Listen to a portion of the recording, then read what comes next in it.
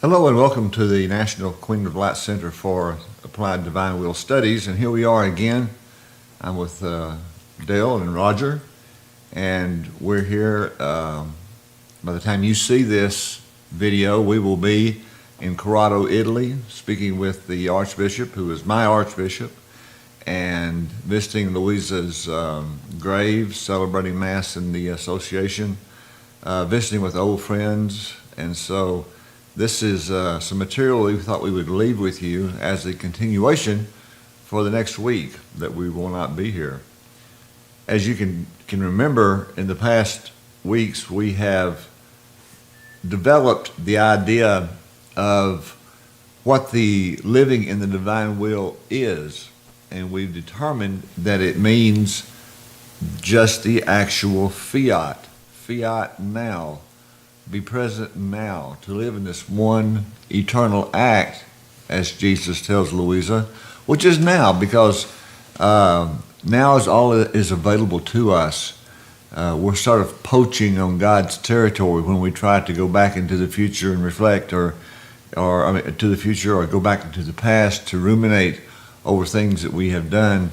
Those are useless things to do. In fact, they're so useless, Jesus tells Louisa those are acts that he doesn't even consider. They are as nothing. It is as if you did nothing to God when you're thinking about yesterday or tomorrow. So we've really focused in, God has placed in our hearts this understanding of being able to live in the eternal moment and the eternal now. And I want to begin by saying this means that, as we know, God is the one who actuates everything, who initiates all human activity, all human thought, all human movement. It comes from God, and God produced this work, which is all of creation, from the very beginning.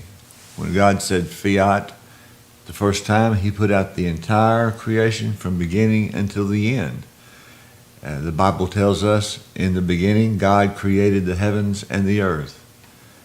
You can actually close the Bible after that point, because that explains what God has done. God has created everything, and it remains eternally in his presence, not available to us in this life, but in the life to come. What we have discovered is that God uses something that we call time, which actually isn't time, and God moves through history, one act at a time, one moment at a time. In fact, we call it time because it sort of orients us as to where we are in our passage through life. So we just call it now. This is the now. This is the moment that we have. And God is asking us to live in his most holy will. And God's will in heaven is that it be done on earth at the same time, in the same manner, simultaneously. Thy will be done on earth as it is in heaven, now in this moment. Not for us to discern what God's will might be and then try to arrive at it, but to understand that this is the time of God, and we want to learn how to live now. I can't worry about this afternoon. I can't think about tomorrow. Those concepts they mean nothing to me. All I have at the moment is sitting on this couch with Dale and my wonderful dog Fred, and thanking God and living in complete sincerity of heart and joy and happiness, because this is what God has provided, and this is what we have accepted as God's will. It's not quietism, it's not predetermination, because God is the one who creates everything and then asks us to place our will on it. And what we want to do is learn to let our own will die and let it choose always the divine will in every passing moment. This is what our human will does. It's always there. I shouldn't say die, that's a bad word. It just concedes the moment to the divine will. Because if we begin adding our thoughts and actions to the moment and do not consider what God's will might be, then we contaminate our process of living. Today I want to share with you a little bit about this single point that Jesus tells Louisa is his divine will in act. As we know, there is God's most holy will, which is the plan God has for his world that he produced at the beginning of creation. He put it all out there, all available for us at the proper time to experience it. And so our acts actually were done before us. Once we learned that all of those acts are the best possible thing that can happen to us, then we surrender our will to God's will as it comes to us. Each moment we say, fiat, fiat, fiat now, fiat now, fiat.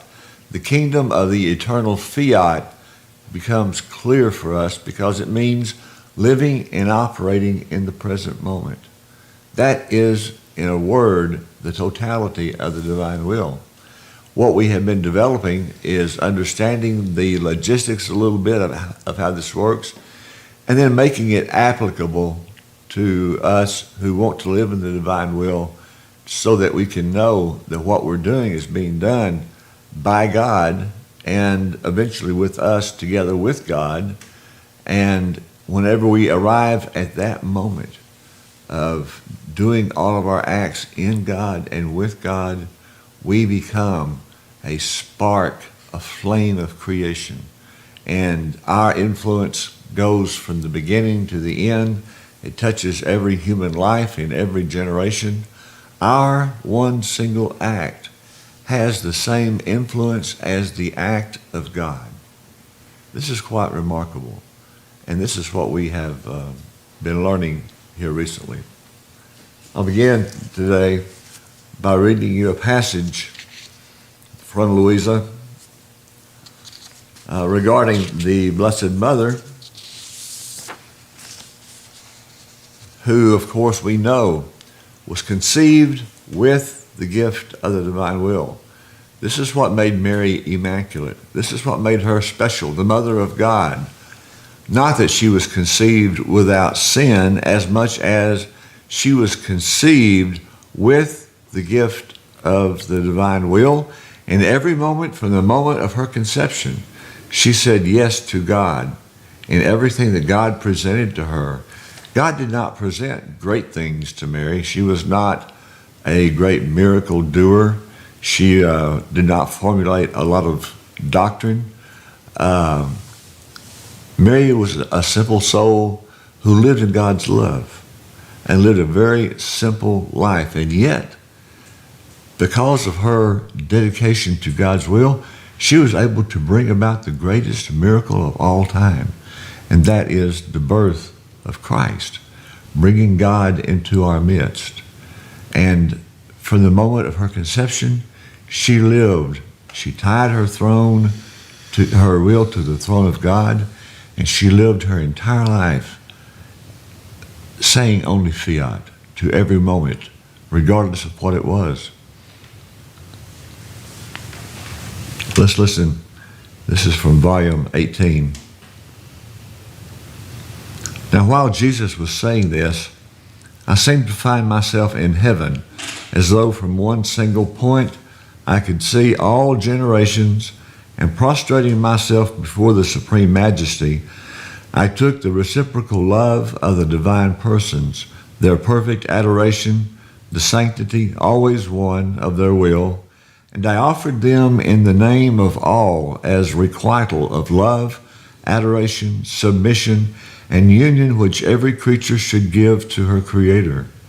I wanted to unite heaven and earth, Creator and creature, that they might embrace and exchange the kiss of the union of their wills. Then my Jesus added, "This is your task." He's telling this to Louisa.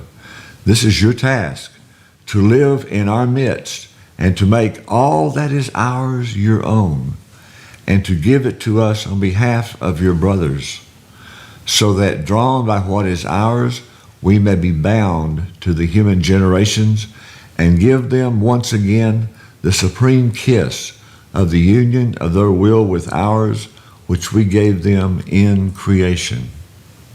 So you see, God's plan is for us to live in his will so that through us, he can bring the world back into a divine order. Because this is what the world lost at the fall of Adam. It was no longer united in one single point. We were given this awful privilege of knowing the difference between good and evil, and it has haunted us our entire lives. It's a feature reserved only to God, and under this temptation, Adam desired to be like God and desired to know all things.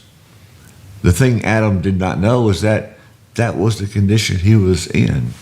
He fell from the condition that he was trying to attain. And as Adam chose the tree of the knowledge of good and evil, we, since at that time, have been entrapped by trying to decide, do we want to follow our will or God's will in every moment? This is the decision that we live in. This is what has created the unseemly things in our society. It has formed our way of thinking that is so focused on the creature, on the individual, and it leaves God apart from our lives so much that we naturally find ourselves embroiled in evil and trouble and dismay. This is why souls are so unsettled. This is why people feel this anxiety, why people are suffering so much.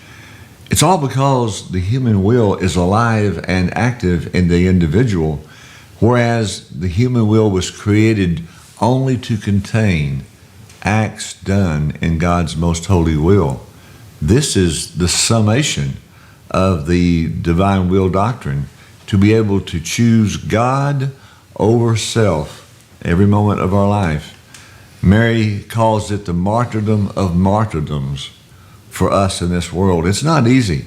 It's not easy to live in a culture where so much is offered to us and so much variety is offered to us, and for us to say, no, I'm going to consider what God wants. I'm going to choose just what God wants. Because God wants what we do in each moment if we are attentive. And the key word is attentive. It's a word he uses with Louisa quite a bit. If we are attentive to the present moment, we will choose God's act in God's will in whatever we do. And we are assured of this through the writings. So to live in the divine will means this. It means Louisa was able to go back in time and attach her first act to the last act Adam did in the divine will before he fell, and so bring into existence this constant stream of possibility. Let me read this passage from June 17th, 1904. This morning, after I struggled very much, blessed Jesus came and told me, my daughter, see how many things are said about virtue, about perfection, but they all end up in one single point. That is, the consummation of the human will in the divine. So the more one is consumed in it, the more it can be said that he contains everything and is more perfect than everyone. In fact, all virtues and good works are many keys that open the divine treasures and makes one acquire more friendship, more intimacy, more commerce with God. But consummation alone is what renders the soul one with him and places the divine power in her hands. And this because life must have a will in order to live, and by living of the divine will, one naturally takes ownership. So, I think to help clarify this reading and where we're going today with these writings, let's watch Roger as he draws and explains how he sees this single point in creation that we take possession of and what it means to live in the divine will. Roger. All right. The first thing I want to do is draw a little example over here, and if you'll watch the motion of my hand, I will be going around and around and around. That is 3 circles. What do you see there? 1 point. That's what you see, is 1 point. That's 1 point. So that's my point. So what I'm seeing here now, as I magnify that point looks like this. This is the point, and that point is the divine will. The divine will encompasses everything. There's a reading where Louisa says the divine will binds God. Well, if it binds God, it encompasses God, it contains God. God is contained by His will. So you could say this is God because this is His will. We are who our will is. So this is God. This is everything that exists. This is eternity, and it is 1 point. It is the divine will. The next thing, this next circle I'm going to draw is just a point within a point. If you could see it, I'd put it on the same boundaries here, but I separate it so you can see a point within a point, and that point is creation. When God poured Himself, His love, into being, it became this point. This point is creation. And like I said, it could easily have the same circumference as the divine will and be a point within a point, but for clarity, we're making them different sizes, but they are not. They are the same point, because creation is God. Creation is Jesus. So they're the same point. Inside this is me. The same thing goes for that. This is a point within a point. And when I live in the divine will and I take possession of the divine will is me, and I become the same circumference out there. This is a point within a point within a point. God, all of creation, and me. And when I take possession of the divine will, that puts us all the same thing, all 1 point, all 1 point. This is all there is. This is the eternal now. It encompasses all of creation, all the way across. And if I then again attach it to here, it is all of creation from all the way across eternity, all the way across creation, because that's what a straight line would look like. And I'm going to embellish a little bit and put a little spot right there in the center of that, which is still 1 point, because that little point is the eternal now. It is now. It is right now. It is eternal because it encompasses eternity. It is now.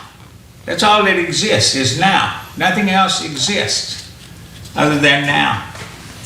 But from this point, I'm going to get ahead of myself, Father.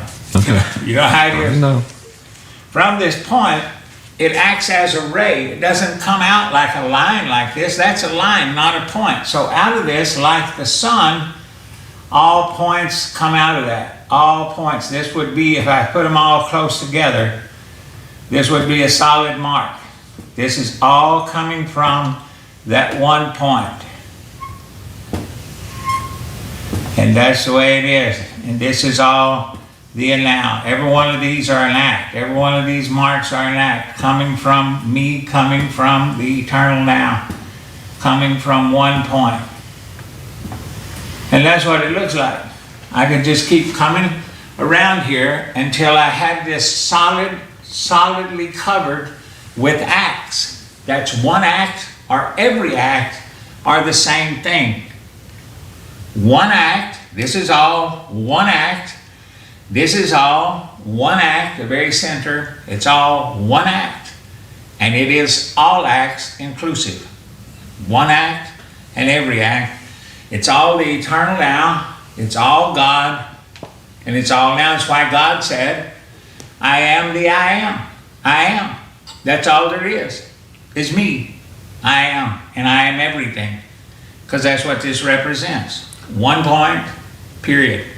So, Roger, would you say that from the center point there, the very small center point that you said is me, is you, of course, or the individual, and the rays coming out from that very center point, could you say the soul is united with the origin of all things? Yes. And who would the origin of all things be? God. Goodness. You are God. You are united with Him because you are God. You're you united are with all God. things. I am the I am, like God is the I am. In the eternal now, there is only the I am. There's no other identification. When God looks into creation, He sees the I am. He sees Himself. Because there is nothing but God. But doesn't He see that in Jesus? Does He see it in us also? He sees it in Jesus because this is Jesus. Remember, this is the creation. That's Jesus. When He looks at creation, He sees Jesus because in Him and by Him, from Him and for Him, all things consist. So when Jesus, the light of the world, the love of God, stepped down into the darkness, which is right here, let's say, well, this was creation. He stepped down into the darkness. All of creation became into being. And at that time, creation and Jesus are the same. Creation is Jesus. It's made of Jesus. It's made by Him and for Him.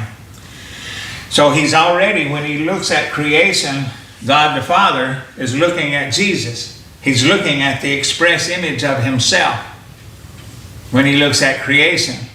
When I accept the divine will as my will, when you're in the fourth degree, you take possession of the divine will permanently and you live there.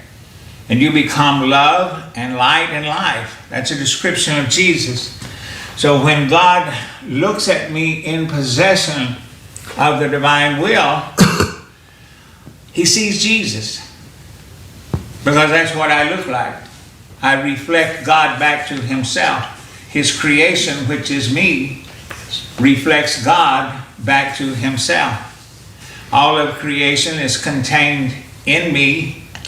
And outside of me, we are all one, the same thing. This is a picture of it. I am inside of creation, and I am one with creation, and I am creation. This is Jesus inside of creation, and we tell the same story. This is me and Jesus and creation inside of the divine will. We all live there. And we are all one. We are all the same thing. That is that. Go ahead. Well, I was going to share a reading from, the date is June 20th, 1906. I believe it's volume 7. It is volume 7. Feeling very much, everything must be reduced to one single point. Everything must become a flame. Feeling very much in suffering, soul and body, and having spent the night with a flaming fever, I felt I was burning and being consumed. My strengths were exhausted, I felt I was dying, and added to that, He was not coming. Truly, I could take no more. Then after a long time, I felt I was going outside of myself, and I saw our Lord within an immense light, and myself completely nailed, even the tiniest particles of my members. It was not just my hands and feet, like other times, but each of my bones had its nail driven into it. Oh, how many bitter pains I felt. At each slightest motion, I felt lacerated by those nails, and I fainted. I felt I was about to die, but I was resigned and immersed in the divine volition, which seemed to me to be the key that would open divine treasures, from which I would draw strength to be sustained in that state of sufferings, to the point of making me content and happy. However, I was burning. Those nails seemed to produce fire, and I was all immersed in it. Blessed Jesus was looking at me and seemed to be pleased. Then He told me, My daughter, everything must be reduced to one single point. That is, everything must become a flame. And from this flame, filtered, pressed, beaten, a most pure light comes out.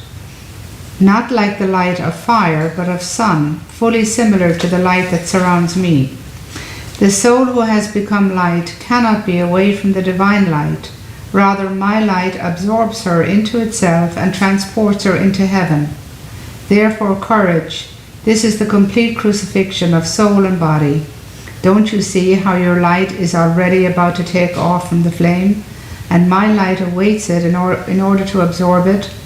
While he was saying this, I looked at myself, and I saw a great flame inside of me.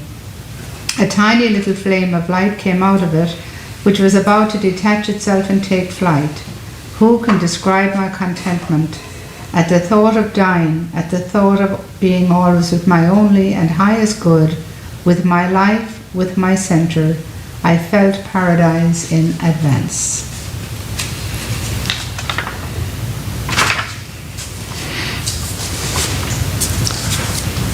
And so we see Jesus, who tells us that all things have to be reduced to one single point, and that means that we have to find a way to live in the moment, because the plan God had for the world is a straight, peaceful, narrow line that runs through the ages.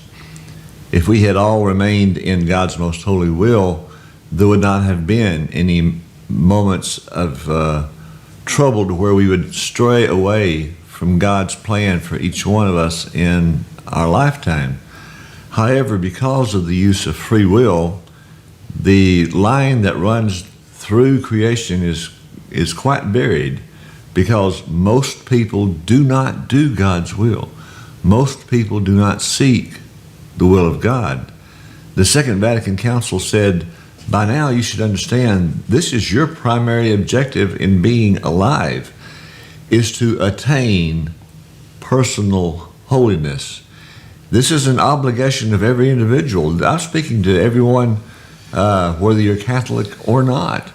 You have the responsibility to become more than you are in this lifetime. That's why God placed you here. And what he tells us in the divine will is that he created us sharing our Lord's humanity so that we could be brought into being one with him in his divinity. This is how close we are to God. His desire is that we overcome the faults that we have as human, and all of these faults come from employing our own will. We overcome that, we live in the present moment, it becomes a flame, and that flame becomes so strong, like it gives light to the world, as Roger's diagram showed. At the very middle, it's a flame, he says, not like fire, but like sun, that goes out to all of the world, to all generations, to give light, to extend God's providence, to make things alive. That's what it means to be alive. And so we want to try and live this little passage that Dale read for us, that teaches us that in Louisa this happened in the complete crucifixion of soul and body. And we have to understand that in the divine will, God calls us also sometimes to live as a victim soul, to be crucified in soul and body, to be able to embrace our sufferings, not as something bad, but as something that's wonderful and beautiful because it comes from God's hands in that moment that it comes to you. And it comes as a precious gift of God for our good and for the good of the world. Overcoming our extended concern for ourselves is very difficult, especially when it comes to perhaps experiencing life in a manner less than what we are accustomed to, when God brings suffering into our life. Let's listen to this next one. It comes from June 17th, 1915, and it is entitled, Everything Must End in the Divine Will. Finding myself in my usual state, I was lamenting to Jesus, saying to him, "My life, Jesus, everything is ended. There is nothing left for me but your flashes and shadows at the most." And Jesus, interrupting my speaking, told me, "My daughter, everything must end in my will. Once the soul has reached this, she has done everything. And if she had done much but had not enclosed it in my will, one can say that she has done nothing." Perhaps it's hard to believe, but God does not recognize our acts that are not done in the divine will. They are acts performed for love of self and not for love of God. And God has loved us so much that he has given us purgatory for this very reason. These acts that we do but do not do in God's will, do not do for love of God, they have the opportunity of being redone in purgatory. And this is why we're very thankful that God gives us this possibility of arriving at heaven by filling the voids of love in this place called purgatory. He says, "In fact, I take into account all that ends in my will, because in it alone is my very life present, as though bound, and so it is right that I take into account even the littlest things, and even trifles as my own things, because in each little act that the creature does united with my will, I feel that she first takes it from me, and then she operates, so her little act comprises the whole of my sanctity, my power, wisdom, love, and all that I am. And in that act done united with my will, I feel my life, my works, my word, my thoughts, and so on being repeated." Let me read some of this again. This is very important.